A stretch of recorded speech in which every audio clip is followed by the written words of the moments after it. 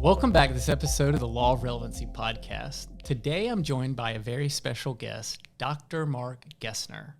He is the Vice President of Community Engagement and Innovation at St. Leo University. Dr. Gesner, thank you for joining us. It's great to be here, Cords. Thanks for having me.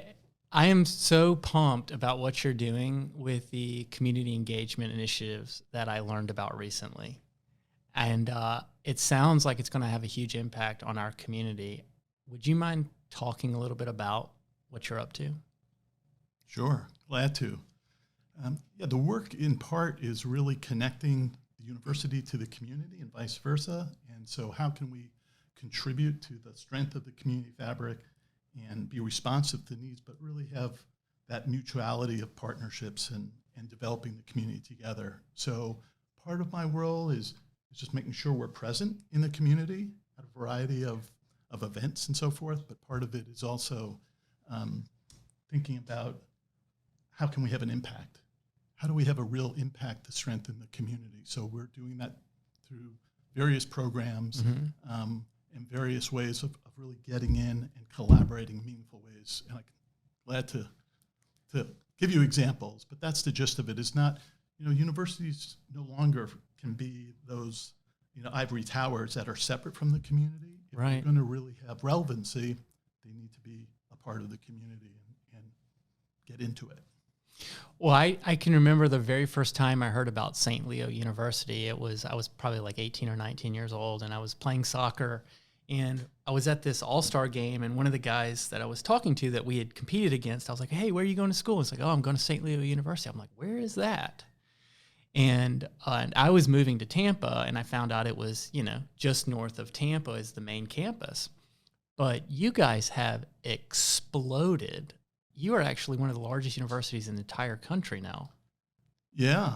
Well, thanks for highlighting that, Cords. It's true. Some people visit the beautiful campus about 35 miles north of Tampa and say, yeah, this is amazing, and I'd love to be part of this. But what they don't see is the majority of our student population is not only on that main campus. So we have education centers, we have a big online population. So when there's maybe 2,400 on that main campus, we have 18,000 that are at different learning centers and online around the world.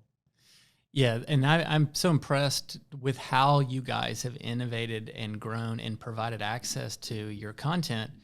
And I think the reason I bring that up is, as you're talking about getting engaged in the community, it's almost like that hierarchy of needs that each of us has. The very most immediate needs we have is like, I need food, I need sleep, I need comfort and things like that. As a younger university, you need to make sure you have your curriculum, you need to get students, you need to have campus, you need to have professors, you need to have delivery and quality and things like that. But as you grow and you're talking about getting plugged into the community, that seems like a very natural progression, but it is multiple steps down that hierarchy, right? Yeah, I think that's fair. At its core, it's teachers and learners. Yeah. Right?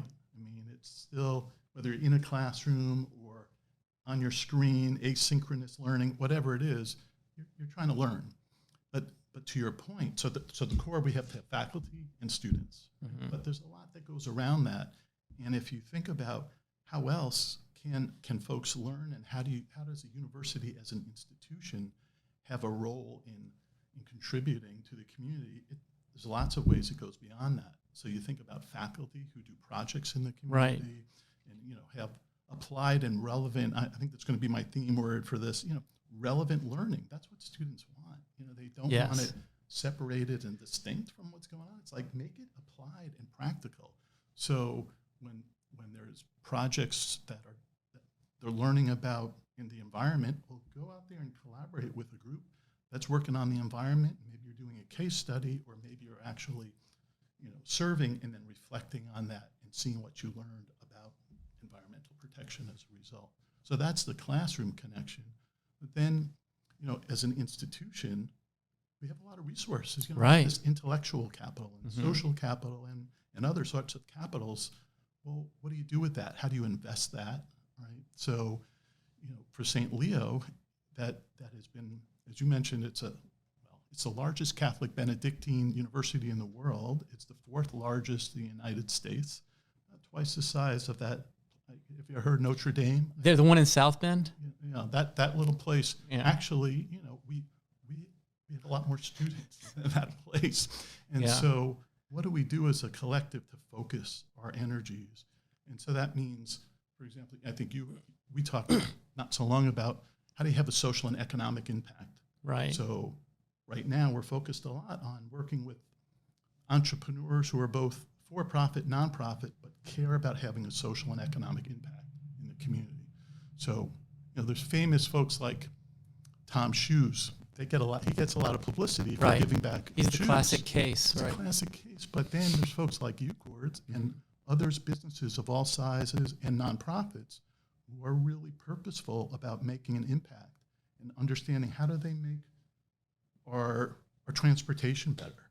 How do they make access to housing stronger? How do they make, whatever it is their issue, like addressing any social cause or an illness, how do you improve that situation in these organizations and businesses who want to do that? How do we give them the strength and the support to accomplish those missions? I love to hear more about your message. I like what you're talking about this university that receives so much for the community is looking to expand its laboratory, its access and its impact back down into the community through whether it's sciences and environmental type things. It could be social works, things like that where, for me, I can tell you I learn best when I'm actually doing those things, right? And so having access to the community and the community trust that you're building in the community, that seems like a perfect partnership. Yeah, and I would, one part of what you said, I would tweak a little bit to say, the community in no way would be our laboratory as much as it is like we're going to learn this stuff together. Yeah, I'm thinking of like the traditional university sense. Like, okay, you have a lab. It's like you have like the theory and then you have like the practicum, the lab, the laboratory work. Sure. So it's like we're actually getting out there, not like we're going to do experiments on the people, but just but it's just I was trying to use some of that fancy university talk. But anyhow, that's what I meant by that. And and it's funny you talk about fancy university talk and there's pejorative around, there's a fancy word maybe, around being academic, like it's not really meaningful. And I think we have to work, higher ed has to work on changing that equation, to apply the value of academics means addressing things that matter to people, giving them the skills so that they can be in the roles they want, helping them think critically so they could be part of a creative team, or the specific skills around science or nursing or whatever it might be so they can do their jobs well. So it's it's interesting how academia has changed over the years. And I think aside from maybe some elites, places like St. Leo University really need to be applied and need to be experiential and they need to be relevant. So that's what we do. Well, let's dive into some of the specifics. So you were speaking about in theory, some of the programs you could do. What are some things that you're actually doing now in the community that you've already gotten back some of the reporting? Like, hey, like this had an impact. That was really cool.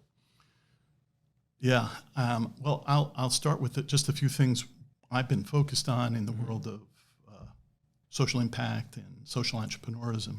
Just some simple things like pulling people together for roundtable discussions, people who have some common interests and end up being able to collaborate, entrepreneurs in the same room, for-profit, nonprofit, who figure out synergies and then go off and do something about it.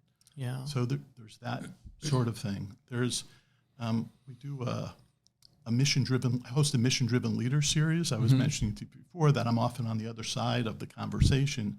The idea of that series, though, is to highlight people who align their values with actions, or really their actions with their values, right? So St. Leo has very clear values around community, about integrity and responsible stewardship. So we want to see real examples of those. So part of it is bringing examples of that sort.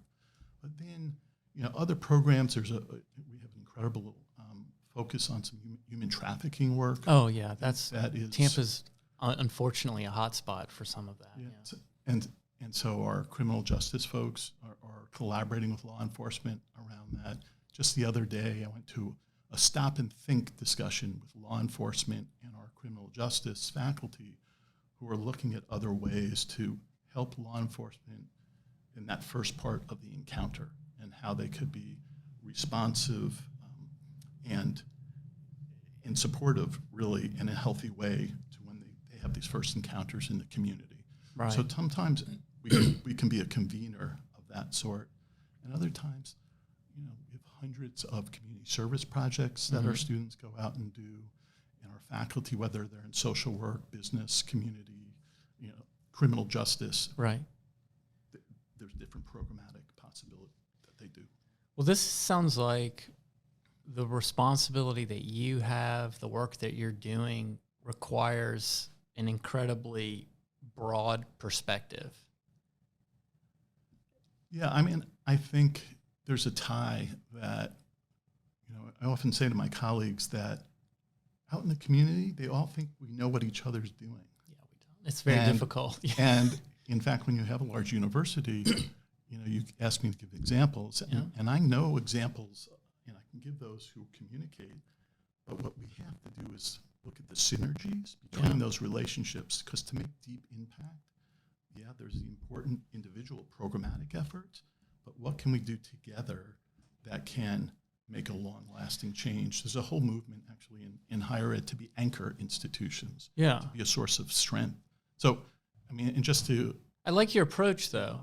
I like your approach. I mean, I haven't, University of Tampa hasn't come to my office, University of South Florida hasn't come to my office, and I haven't seen them.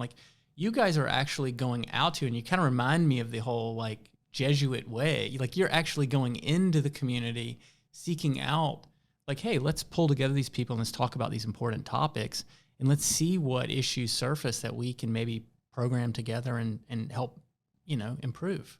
Yeah. Yeah. I mean, I hope so. And I wouldn't want to do a disservice to the individual faculty, whether it's the biology professor who's doing great studies and cleanup on the shore, but is working with high school students to learn about what it is they're experiencing and how can that translate then into their further education, or any individual faculty member who's passionate about an issue, whether it be human trafficking, law enforcement, or business development, or one of the hard sciences. So, but part of what we need to do too is, what's the connection to the overall mission and values of St. Leo? So all of those efforts should make sense to you, why we're doing it. Right. So that's part of my role, is sort of connecting some dots and working along with our president and others to see what can St. Leo University do for the greater Tampa area, for Florida, for the United States and the world, really, that's distinct, that's impactful, and making a difference. And so I've started my position about 7 months ago, and that's been part of the focus, understanding what's all the engagement we're doing, is it having an impact, and how do we do it in an effective way? So that's part of that, is connecting some dots. And I think one of the things that it would require somebody with your experience and your expertise is understanding how values align. So the university has values, and then the young people that are going there and the people who are going back to school learning it, but understanding those values, you have a lot of experience, not just in education, but you've been connected to hostels in the past and helped run the hostels. So to me, that type of environment seems like a place where you would kind of come in contact with more of those altruistic motives. Mm-hmm. Yeah.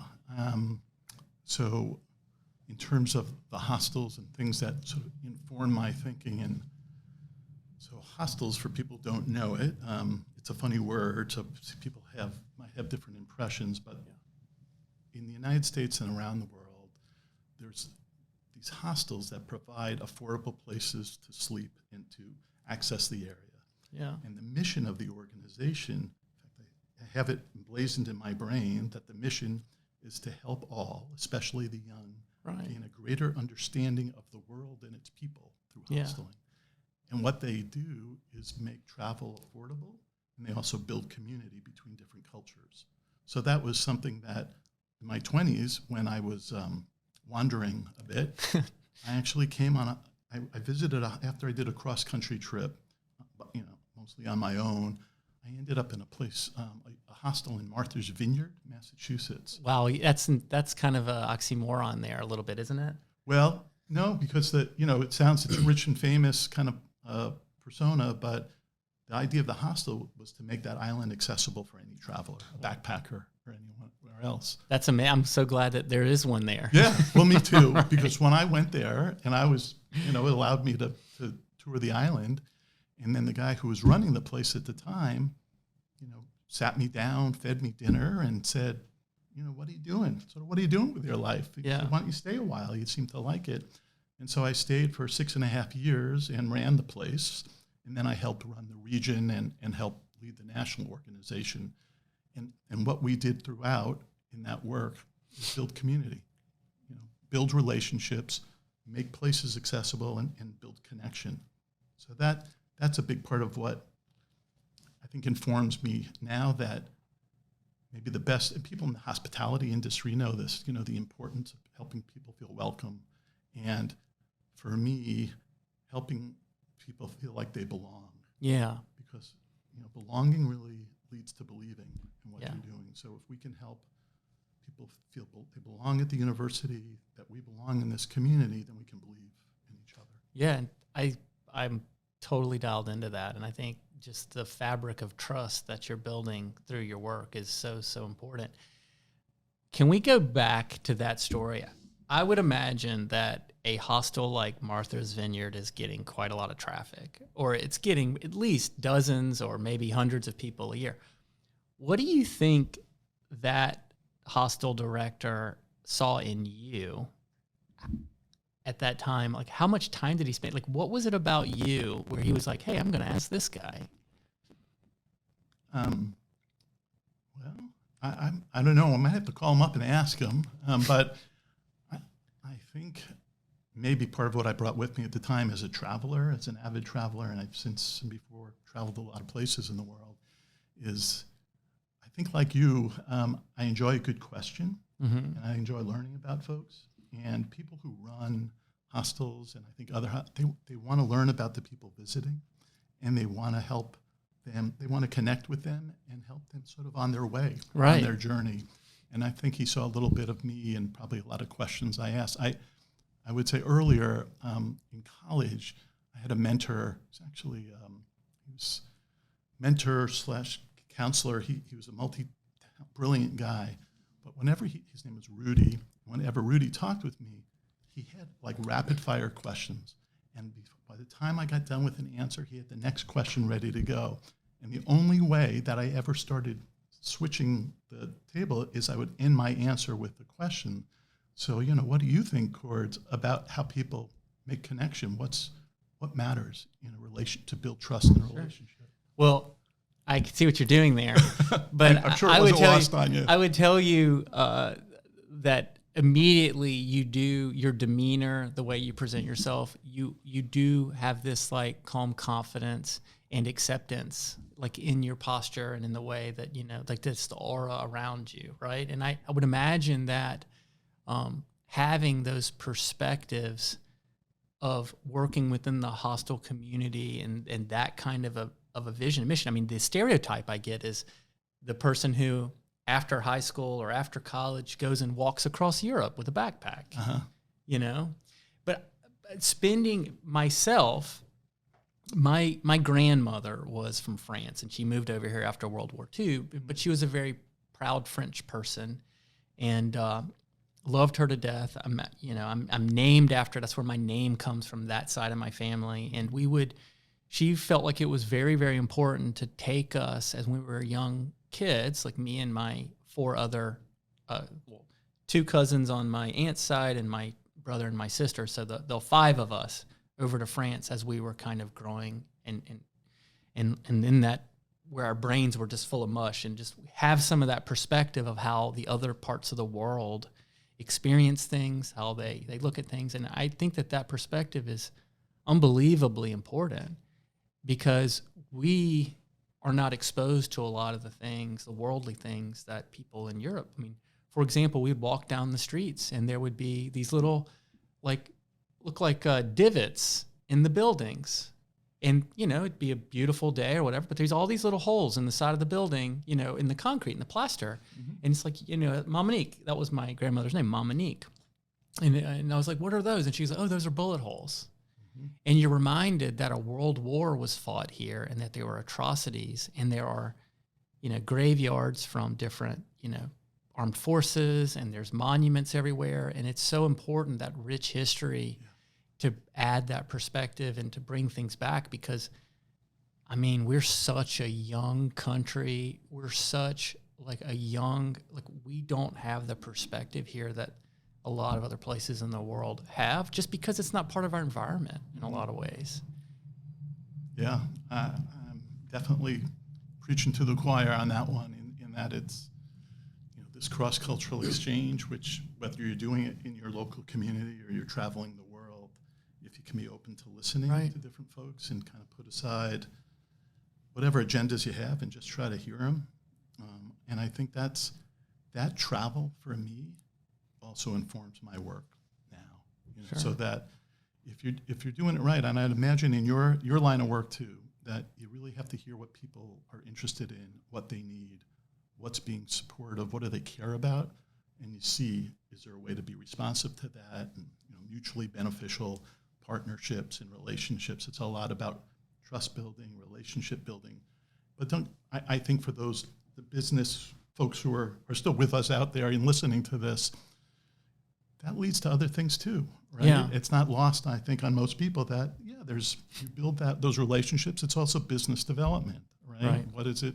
What new customers or what your students or whoever you're bringing in, but that the message resonates with.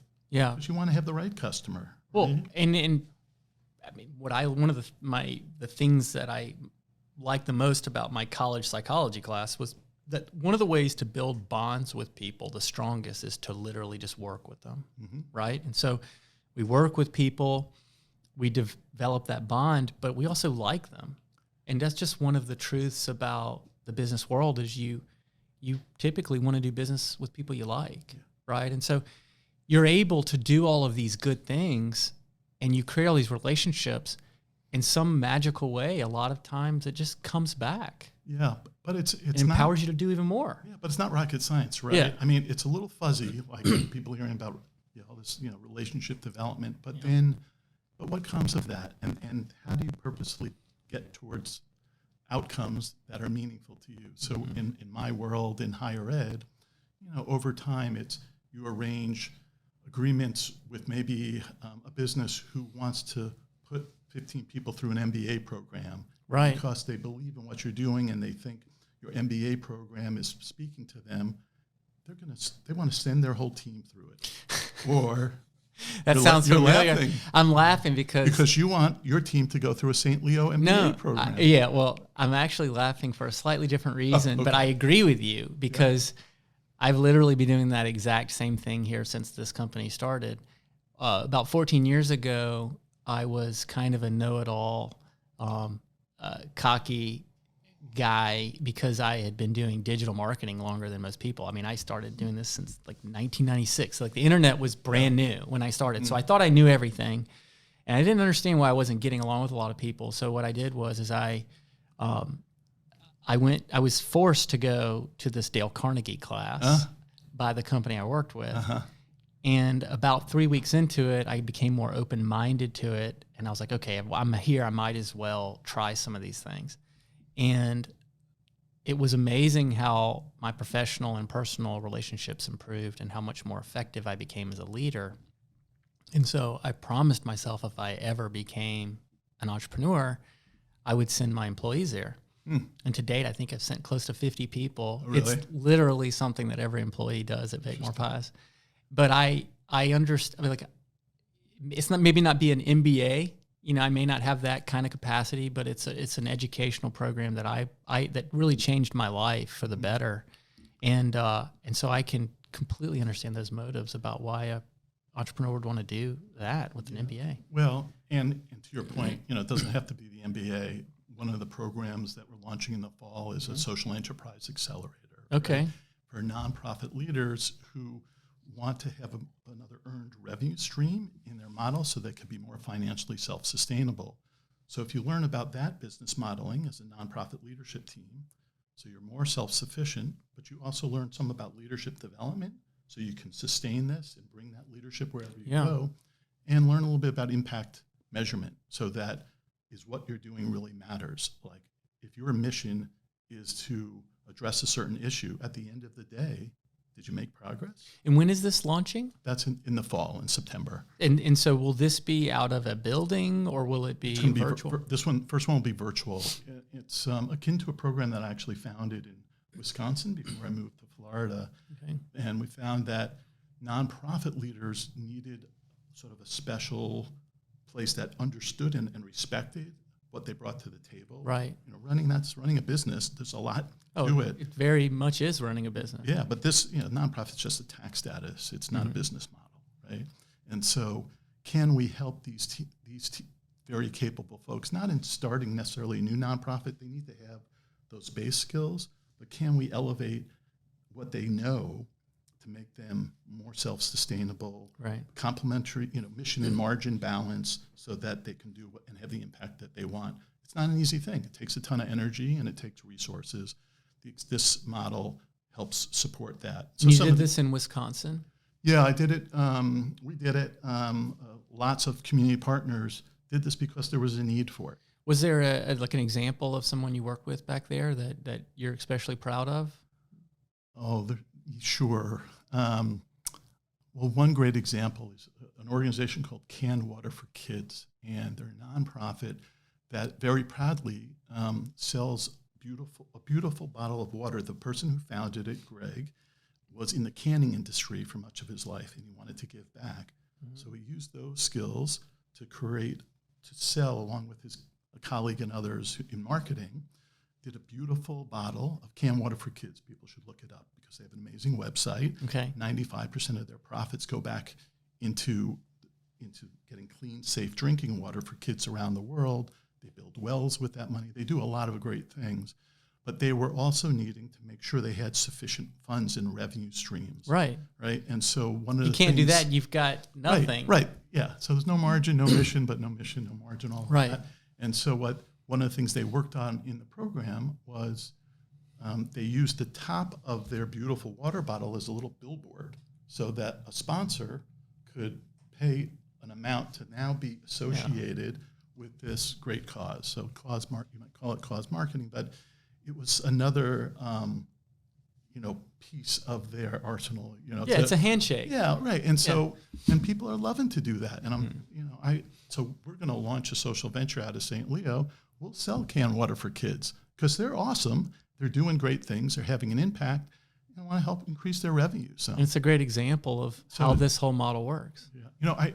There's two things that you talked about that maybe you can go back to. Sure. Because it would be a disservice after you talked about your grandmother, not to talk a little bit about my grandmother if I could. Yes. But also the other piece about you were kind of getting some at what makes for impact and strong leadership. Mm-hmm. And so I spent a lot of time interviewing folks around the world about that question. So maybe it would be... I'd love to hear about that. Yeah. So let me first give a quick tribute to my grandmother and great aunt. Since you got to do it, I would like to also... Please. So I grew up at some of the most formative stuff for me was in Brooklyn, New York, in large family gatherings.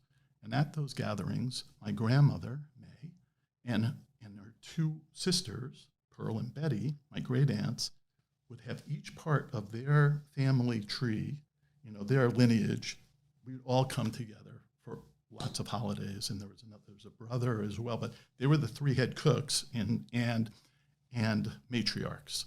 And so we would come together, and none of those gatherings could have less than 40 people. Fortunately, one aunt had a house, and the others lived in apartments, but we got to gather in the house. And so if I had a friend, who didn't have a place to go for a holiday, I didn't have to ask. You bring that friend along come with on. you. Come on. Right. And so people felt like they belonged there. Yeah. And they were models of, I think, mission-driven leaders in a way, Right. but also just how do you help people feel like they matter and you can connect with them and you're welcome here. So if we can do that, at the university, if I can do that in my work, then I'll have accomplished something. And it's aligned with the mission-driven leaders. So my colleague and I, Nancy Stanford Blair, who has founded leadership degree programs and done amazing things in her life, over the years interviewed lots of people around the world, from former prime ministers to people who founded an eco-lodge to bellhops, whatever. The title doesn't matter, right? It's the action. And the common piece for these folks in being transformational leaders is they followed a similar path. Okay. So whether it was Gandhi or the guy who ran the eco-lodge, you start with who. Not start with why, but who. Who are you? What are your values? That's the underpinning. Then it's the why. What's the path you're following? What are you trying to achieve?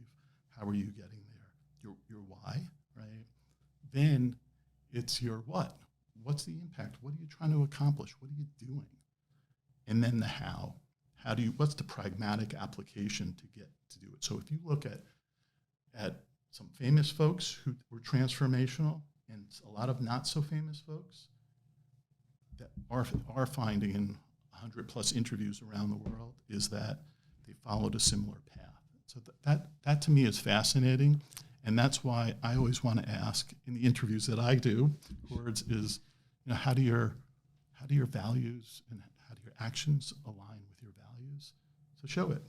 What's the connection? So if I have a strong value around community, how am I creating community? Yeah, that makes perfect sense. Just of it. And it's a very practical thing these days too. I mean, we are working at least 40 hours a week. It takes most of our lives. Many of us are working many hours more than that. So when you have a work environment where you can also facilitate some of that community connection, that's just a win-win, because you're creating more engagement with your team, you're impacting the community. You may even be attracting employees that want to be a part of that. It's part of the culture. Yeah. Why do people want to work here? What do you do? I have no idea. Oh, come on. Yeah. No, they, I don't think know. you do. I try to create a cool place to work, where people who enjoy challenges have all they can eat. And we can work with some interesting clients and do some fun, cool things. I'm never going to be able to pay people the most. I pay everybody, I think, fairly. What I'm trying to do is just to create an organization that can take care of itself and help a lot of other businesses and nonprofits and community pieces along the way, and it'll continue to thrive. And if we do those things, I believe that, and we do it in a diverse way in terms of diversity of portfolio of clients and things like that. If you do it that way, it'll levelize. And so far it's working. The trajectory's been, up and to the right. Yeah, well, that's cool. I wonder, the guys behind the camera, behind the mic, I wonder what they would say. But it's, they're giving you the thumbs up, man. But I would imagine you sneaked in one thing towards the end, which is frankly why I came to do this session with you. Okay. What you led with in a meeting that I was at with you was that you actually care about this community. Yeah. Like, you're trying to do stuff. Yeah, you've got a business to run and you want to be high quality in the services you provide, but you're connected with all these organizations that whether you're lending some in-kind resources or your staff is doing a project with them, that really seemed pretty authentic and sincere from you, that matters. And I imagine that would also attract some of the folks who want to work here and stay, because some of those things go on. I hope so. And to be honest with you, it's not something that I originally thought would happen this way. Everybody receives joy when they give, right? That's one of the beautiful things about, you're always going to be happier giving something than receiving something. But just the beauty of our environment and our business environment and Tampa Bay and everything else is that if you can create just some kind of a self-sustaining type of a business, you'll get resources too, and then you have the ability to use those resources to give to kids organizations, military organizations that whatever's important to you, right? And and if you continue to just keep following your core values, it will, you actually may even get more resources to do that with, right? And it continues to grow and grow and grow because, I mean, you were just talking about some of the things about your grandmother and your great aunts. And I think that feeling that they made your friends and your family feel like of being welcomed and sharing in a meal, I think those are core human values. Mm-hmm. And I think that it doesn't matter what text messages we get or emails we get or any of that technology that to me just kind of gets in the way a lot. I think there's this undercurrent of true, just human values that people respond to it, understandably so. So it doesn't minimize being strategic. Obviously, complements that. It doesn't minimize having the right tactics, and being a pro at what you're doing in whatever industry you might be in. You have to have that quality, but I think to give it real substance and sustainability, it's got to align with your values and values of the business or organization you're in. And that's, there's so much talk everywhere in the country and the world about attracting talent, right? How can we hire the right people and keep them here? And right. There's the great resignation. How are we going to address it? Well, people got to believe in it. Yeah, they got to want to be here. They got to want to be there because they got a lot of other choices. Right. And so if they are believing in, your business or our university, that's cool. And they'll stick with it, and we'll do good things. That's awesome. That's exciting. So what's next for so you've been on the job for several months now, not quite a year. I imagine you've got your game plan all together. Like, what's next? Well, I'm pretty excited about that, launching the accelerator that I mentioned. So we've got that on the plate. One of the things, I'll just plan it now, since this is a fine studio. One of the things in the past that I collaborated on was a TV show that showcases entrepreneurs. I'd love to showcase entrepreneurs that are making a social impact, both in the for-profit and nonprofit. So that's, I think, not on the too far horizon. We have one of the things I just want to celebrate, and that we'll be doing a lot more at St. Leo. We do a lot of this holistic wellness. We just opened a new wellness center. It was 2 years in the making, and we just had our grand opening, so that's open more and more for the community.